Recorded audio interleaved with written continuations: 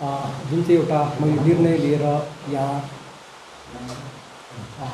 यो प्रेस वार्ता गर्न आइपुगेको छु र यो प्रेस वार्ता अथवा यो कन्फरेन्स गर्नुको उद्देश्य म जुन संस्थामा अथवा जुन पार्टीमा रहेर कार्य गर्दै थिएँ अनि मेरा साथीहरू त्यहाँ कार्य गरिरहनु भएको छ, तर मेरो चाहिँ कतिवटा घरेलु काम र सामाजिक कामहरूको बेसी व्यस्तता हुन आयो।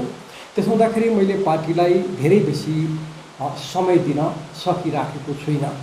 त्यो समय दिन नसक्दाखेरि कतिवटा कामहरू खाल्डा पर्छन्, के हुन्छ कसो हुन्छ। त्यसो हुँदाखेरि मैले ठाउँ छोडिदिएँ भने अरूले आएर काम गर्नु सक्छ, त्यो पनि एउटा कुरा हो। र अर्को विषय छ, यहाँ सिक्किममा अहिले जुन प्रकारको कामहरू भइराखेको छ, विशेष गरी सरकारले अनि अब अरू राजनैतिक दलहरूले एउटा विषयवस्तुमा कोही पनि नआएको जस्तो लाग्छ। इभन हाम्रो रिपब्लिकन पार्टी पनि है, त्यो चाहिँ के हो भने सिक्किमको इतिहासमा भनौँ, त्यो पुरानो इतिहासमा नजाउँ, 1947 सालकै पछाडिको इतिहासलाई हेर्दाखेरि पनि जतिवटा सिक्किममा आन्दोलनहरू भए, ठुला ठुला समस्याहरूलाई पर्गेल्नको निम्ति सबै सिक्किमे एक भएर आन्दोलन गरेका थिए। 1947 सालमा जुन प्रकारको आन्दोलन भयो, त्यति बेला सिक्किमका सबै, कोही जात-जाति होइन, अलग भएर होइन, एकै भएर आन्दोलन गर्दाखेरि मात्रै त्यति बेलाको जुन चाहिँ त्यो कालोभारी, झारलाङ्गी, कुरुवा, पेठी सबैलाई हटाउन सके, सिक्किमे एक भएका थिए। यसै गरेर त्यो बिचमा सानातिना आन्दोलन त भइरहे, तर एउटा जुन चाहिँ भीषण जनआन्दोलन भयो 1973 सालमा, त्यसमा पनि कोही जात-जाति विशेष होइन, सिक्किमका भुटिया, लेप्चा, नेपाली पनि होइन, सबै सिक्किमे भएर आन्दोलन गरेका थिए र त्यो सक्सेस भएको थियो। 1973 को आन्दोलन पनि सक्सेस भएको थियो र त्यो सबै सिक्किमे भएर गरेको कारणले गर्दा भएको थियो। तर यसपछिका जतिवटा आन्दोलन भएका छन्, यसपछिका आन्दोलनहरू हामी हेर्छौँ जात विशेषमा आन्दोलन हुँदैछन्। भोटिया लेप्चा दाजुभाइहरू एउटा खेमा बनिन्छ र आन्दोलन गर्छन्, तर त्यो आन्दोलनमा उनीहरूले गरेको आन्दोलनमा अरू साथीहरू आएर साथ दिइरहेका हुँदैनन्। र त्यसै गरेर लिम्बू तामाङ दाजुभाइहरू आन्दोलन गर्छन्। लिम्बू तामाङ दाजुभाइहरूको आन्दोलन गरेको निकै लामो समय भइसक्यो। उहाँहरूको जिज्ञासा छ, उहाँहरूको एउटा हक अधिकारको माग छ, तर त्यसमा पनि रहल सिक्किमेहरूले उहाँहरूलाई साथ दिइराखेको छैन। त्यसो हुँदा सक्सेस भइराखेको छैन, एउटा प्रमुख कारण हो। यसै गरेर अहिले जुन चाहिँ 12 जात गोष्ठीको कुरा छ, उनीहरूलाई पनि अब जनजातिको दर्जा दिने भनेर निकै अब चर्चामा छ यो विषय, तर उहाँहरूलाई फेरि अलग्गै राखेर अरू जातिहरूले साथ दिइराखेका छैनन्। जबकि हाम्रो सिक्किमको इतिहास छ, सबै पहिला चाहिँ एक भएर आन्दोलन गर्दाखेरि मात्रै सक्सेस भएको छ भने अहिले यसरी ग्रुप भएर आन्दोलन गर्दाखेरि 73 देखि यता भएका कुनै पनि आन्दोलनहरू सक्सेस भएको इतिहास हामीले भेटेका छैनौँ है। हामीले नभेटेको हुनसक्छ, तर यसरी जात विशेषका आन्दोलनहरू यो भएका छैनन्। त्यसो हुँदाखेरि हाम्रो जुन चाहिँ अहिले गर्दै गरेको जुन चाहिँ पार्टी छ, उसले पनि एउटा के गरिरहेको छ, सबै सिक्किमेलाई नसमेट्ने जस्तो देखियो। सबै सिक्किमेहरूलाई अब एकीकृत गएर गर्दाखेरि पो हामी सक्सेस हुन्छौँ। त अब एउटा खेमा एकापट्टि छ, अर्को खेमा अर्कोपट्टि छ, अर्कोपट्टि आन्दोलन गरिराखेको छ, त कसले चाहिँ यसलाई समेट्ने काम चाहिँ कसले गर्ने त? यो बडा ठुलो प्रश्न चिन्ह मेरो मनमा आउन थाल्यो। अनि त्यसो हुँदाखेरि मैले होइन, म इन्डिपेन्डेन्ट रहने, बरु जतिसक्दो यी विषयमा लेखेर समाजमा केही समाचारहरू पुर्याउने भनेर चाहिँ म यसबाट अलग रहन खोजेको। यसमा फेरि अब कतिजनाले यसरी सम्झिन्छन् होला, यो अब त्यहाँ के मिलेन होला, कसो मिलेन होला, अन्त अलग अब त्यस्तो खालको केही होइन। उहाँ साथीहरू काम गरिरहनु भएको छ, उहाँहरूलाई हामी अब पोजिटिभ काम भयो भने हामी साथ दिन तयार छौँ, साथ दिइरहन्छौँ। तर यो होइन कि त्यसमा कुनै प्रकारको यो मनमुटाउ भएर यो भएर होइन। तर यो पार्टीले पनि अरू पार्टीको जस्तै सबैलाई समेट्ने खालको अभियान मैले यहाँ भित्र पसेर देख्न सकिनँ। हो, हक अधिकारको माग्ने कुरा छँदैछ, तर मिलेर गरौँ न। मैले चाहिँ के भन्न खोजिराखेको भने अहिले लिम्बू तामाङको जुन चाहिँ समस्या छ, यो सबै सिक्किमे भोटिया, लेप्चा, नेपाली, लिम्बू तामाङ जम्मै धुरिएर त लिम्बू तामाङको लागि मात्रै आन्दोलन गरी हेरौँ त के हुँदो रहेछ पक्कै पाउँछ नि उनीहरू। तर लिम्बू तामाङ दाजुभाइहरू मात्रै एकपट्टि जान्छन् र आन्दोलन गरिरहेका हुन्छन्, अरू हेरिरहेका हुन्छन्। भोटिया लेप्चा दाजुभाइहरू पनि आफ्नो त्यो अब हक अधिकारमा हुन पुतली नलागोस् भनेर उहाँहरू पनि जमर्को गरिरहेका हुन्छन्, अरू परबाट रमिता हेरिराखेका हुन्छन्। हामी देख्दैछौँ यो के अरे 12 जात गोष्ठीको पनि कुरा त्यस्तै छ, उनीहरू मात्रै धुरिराखेका हुन्छन्, लिम्बू तामाङ अरूहरूले कसरी साथ दिएकै हुँदैन। र त्यसो हुँदाखेरि हिजो सबै एक भएर आन्दोलन गर्न सक्ने सिक्किमे अब किन आन्दोलन गर्न सकिराखेका छैनन्, किन त्यसको निम्ति आह्वान किन गर्दैनन् नि सबै पार्टीहरूले?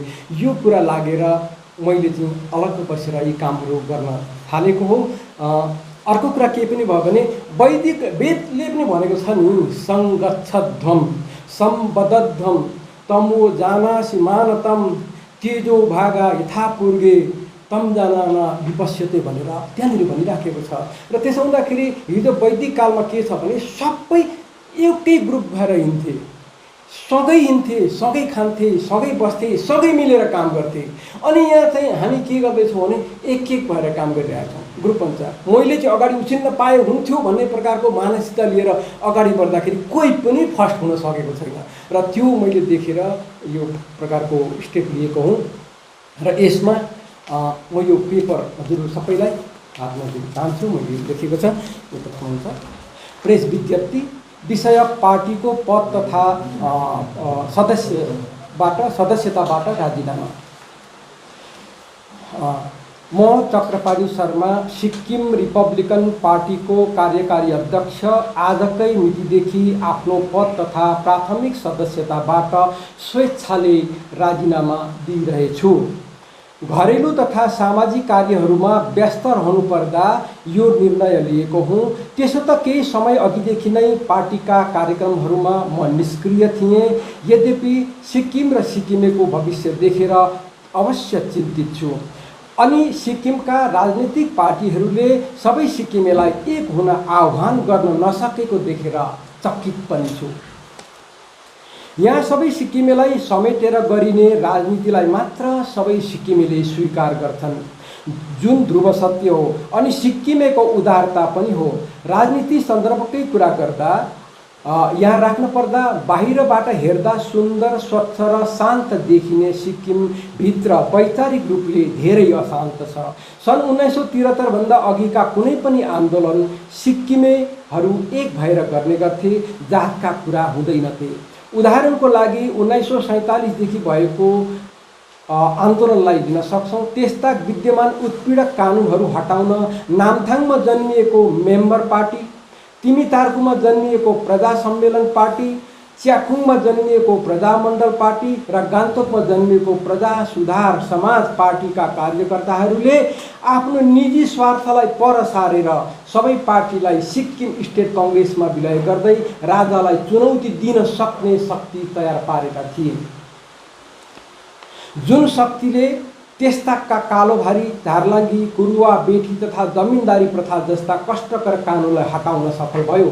यसै गरी सन् 1973 को जनआन्दोलन पनि 1947 को जस्तै भोटिया, लेप्चा, नेपाली नभएर सिक्किमे भएर गरेकै कारण सफल भएको थियो। तर यसपछि सिक्किमे एक भएर कुनै आन्दोलन गरेको इतिहास छैन।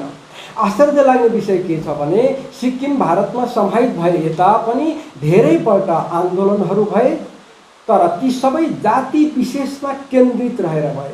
उदाहरणको लागि सिक्किममा भोटिया लेप्चाहरू आफ्नो अधिकारको लागि आन्दोलन गर्छन्, तर अरू जातिले जाँगर चलाएर साथ दिएको देखिँदैन।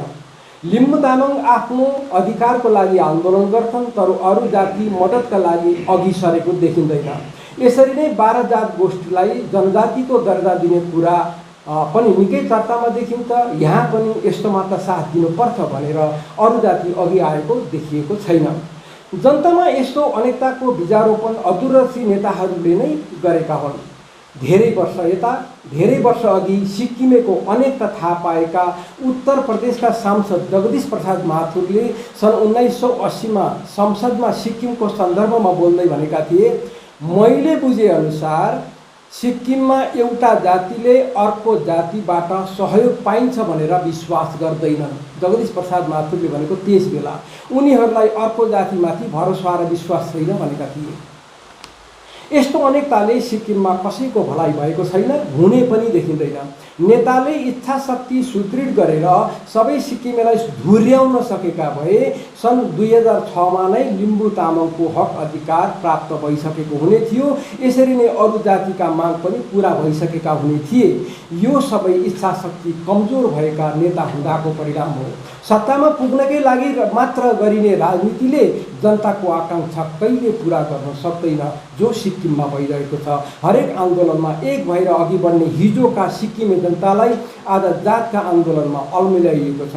प्रतिद्वन्दी पार्टीको मान्छेलाई हेरे जस्तै हेर्ने बनाइएको छ। तर यसरी जातको राजनीति गर्नेहरूले आजसम्म कुनै जात विशेषकै पनि आकाङ्क्षा पुरा गरिदिएको इतिहास छैन। धार्दै सिक्किमेलाई समान न्याय दिएर एक बनाउन सक्ने इच्छा शक्ति भएको नेता वा राजनीतिक पार्टीलाई समर्थन गरौँ। जय सिक्किम, जय हिन्द। यति नै हो, बताइसकेँ। यो पार्टी जन्मिएको भन्नुभएको मैले जोइन गरेको त पार्टीमा जोइन गरेको त 27 फेब्रुअरी 2017। हजुर, म वर्किङ प्रेसिडेन्ट।